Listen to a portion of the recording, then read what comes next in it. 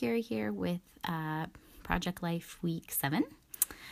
So last week, I think it was last week, the week before, I don't know, Allie Edwards had a giveaway on her Instagram, and she's doing a storytelling with Project Life class that's offered online on her website. And if you entered it by tagging a friend, so I tagged Mary, and then I actually won the giveaway, which was really exciting because I never win anything. I was so excited that I actually won something for once, and it was really cool because Mary won too, so we both got this free class basically from Allie Edwards, and then you get free downloads too. It's really neat. So it's a 4-week class. We've only done week 1 so far. So it's week 1, she kind of talked about what she's done in the past for her project life. And and she did flip throughs.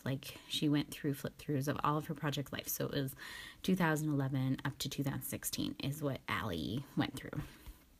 And seeing that this is my first year doing Project Life, which I don't know if you guys know, this is my very first year doing Project Life. So this is only my 7th week ever doing Project Life. So I thought the class was super helpful. Well, I'm only week 1, but so far it's been really great for me because I've been, I don't know, kind of trying to find my way with Project Life. If you've watched my previous Project Life videos, you'll see that I kind of vary my style every week. So I've tried different things, trying to figure out what works for me, trying to figure out what I like. And then I watched all of Allie's flip throughs, and it sort of hit me that this isn't about just putting pictures in an album for my kids to have someday. This is my creative outlet. This is what I love to do, is creating and making pretty things. And I know Project Life is one of those things that was created to make scrapbooking easier. So a lot of people just put pictures in the pockets and then put some journaling cards in the pockets and call it good, which is fine, because if that's how you want to use Project Life, then that's how you want to use Project Life. And last week, if you watched my week 6, I did something similar to that. I did a few little tags and embellishments, but not as much embellishing as I have done in previous weeks. And the reason I tried it that way is because I see all these really simple Project Life layouts, and I love the way they look. I just love the simplicity of it. I love the clean lines. I love it. But it's not me. It's just not my style. I'm not simple. I like everything as busy as possible, I guess. But for me, it's a lot about the actual process of creating a spread. So I want things to be pretty. I want to use more product. I want to make it about, the process. And I spend either Saturday during nap time or Saturday night doing my Project Life spread.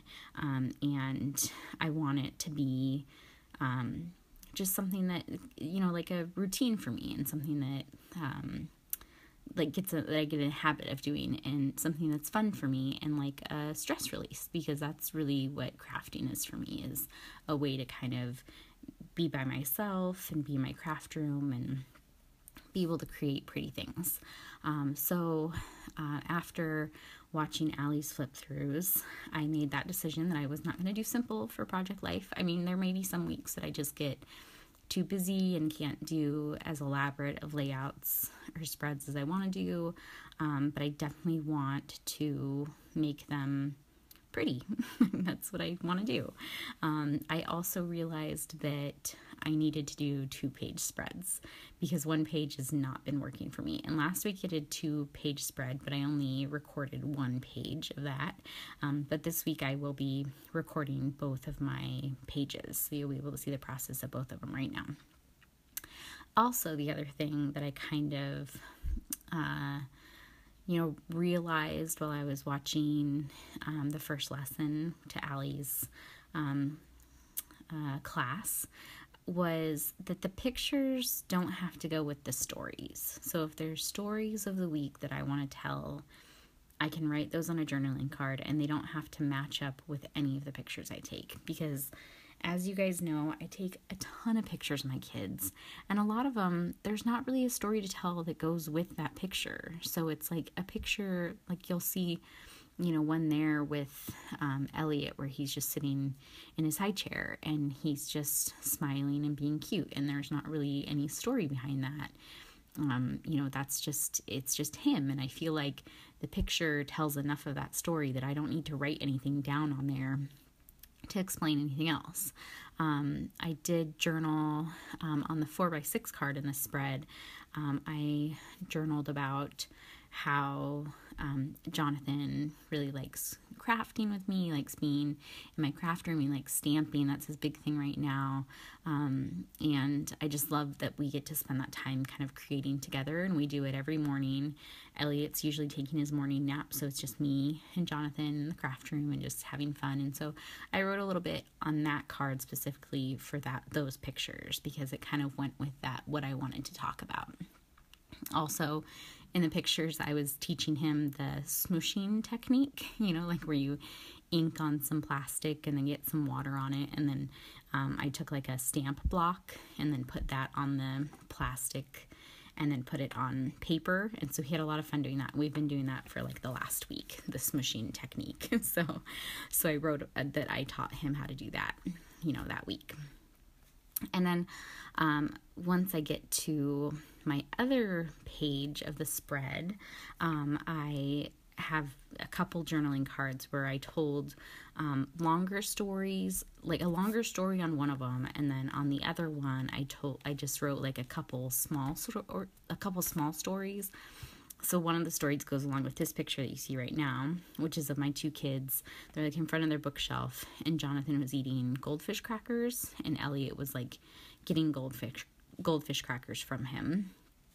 And he would hand Elliot a goldfish cracker and say, "Thank you, welcome baby," because he was like teaching Elliot that's what you have to say when somebody gives you something. You have to say thank you, and then the other person says they're welcome. So he was saying that. It was really cute. So I wrote that on a different journaling card, but it's not with that picture. Like I don't have to have it written on the same card or even next to that card. It was enough for me to have it on the same spread. So I think like I'm being more lenient on myself about like what pictures I choose to put in there. Like this picture right here of Elliot. He's sitting in the car seat, and it's just a picture of him sitting in the car seat being cute. There's not really a story that goes along with it. So there's no journaling that goes along with this card. And that's fine, because I just wanted to include this in our album because I want to be able to have Elliot look back and see what he looked like at this age, during this time. So that's what it is. So yeah, this is a lot more decorative. Clearly this is a much longer video than previous Project Life videos, but I think this is kind of where my Project Life is progressing to. So hopefully you guys enjoy these longer videos, because it will be a lot more like detailed and in depth. This is the last card of this page, and then I'm going to be going on to the next page of the spread. The other thing that I kind of realized is I like the mixing and matching of the page protector layouts. So that's one thing that Allie talked about that she liked in hers, was like the consistency of just using like the design A. Like, so she uses 2 design A's next to each other. She does her pictures all 4x6s at the top, and then she does all of her journaling on the small cards in the middle. and she just likes the consistency of that. But I really liked the kind of mixing and matching of the journaling cards and the sizes and the pictures, like where I put pictures, how big of pictures I put in here. This week is probably the first time that I've done larger pictures. So I did a couple. They're not 4x6s because they don't fill up the whole journaling card or the whole pocket page protector space, whatever, but they're almost that size. So anyways, that's the first time I've done that.